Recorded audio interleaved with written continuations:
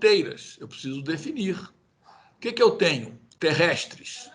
Como é que eu vou saber onde é que eu vou botar fronteira? Ele já vem pré-definido como um modelo de transporte lagrangiano, que todos os pontos têm tipo zero, fluxo zero. Tipo zero significa eu prescrevo a carga, não o valor da concentração, o valor da propriedade, e sim a carga. Então, tipo zero, eu prescrevo a carga. Fluxo zero significa carga zero, tá? Puxa, lá nos rios eu também posso ter carga zero, tá? Porque o rio é doce. Entretanto, eu vou ter uma transição, porque a água do rio vai ter enchente e vai ter vazante. E essa transição, quando está com a maré enchente, pode ser que a salinidade que esteja indo para montante não seja zero.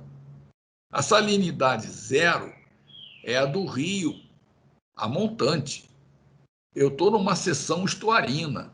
Então é melhor eu colocar um tempo de transição.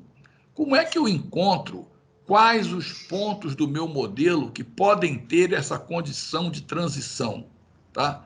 Eu venho aqui, MH, modelos hidrodinâmicos, clico aqui no filtro e eu vejo, são esses aqui, V9.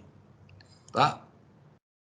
Eu tenho tipicamente uma condição de maré. Tá? Então, se eu imaginar que o meu rio, lá na referência técnica, tem uma grande explicação a esse respeito, como é que você estima tempo de transição, etc. Tá? Minimamente, isso aí seria da ordem de 18 mil segundos, 5 horas, ou metade da maré. Vamos colocar a metade da maré, 21.600 segundos. Bom, eu vou editar aqui no lápis, vou botar para todos, tá? Vou botar fluxo zero, porque a água do rio não vai trazer sal, e eu vou botar 21.600. Aí, e se a pessoa quiser ter muito, assim, puxa, mas eu tenho dado medido nesse rio e o valor não é zero, ele tem uma salinidade de 0,03. Bom, se você quer especificar em vez de fluxo, quer especificar a salinidade do rio, então você tem que editar aqui, mudar o tipo para 1 e dizer, o rio tem salinidade 0,03. Tá? Ok. Então agora você está dizendo que o rio tem 0,03. Mas o rio, esse outro rio aqui é diferente. Tá? É um outro valor. Então você põe um outro valor. Nesse outro rio aqui é 0,022. Tá bom. Você edita aqui, pode editar um a um se quiser, pode filtrar e editar todos que você filtrou usando a ferramenta, ou pode fazer isso aqui. Então reparem, eu estou aqui botando uma salinidade de 0,03 para um rio e 0,022 para outro rio.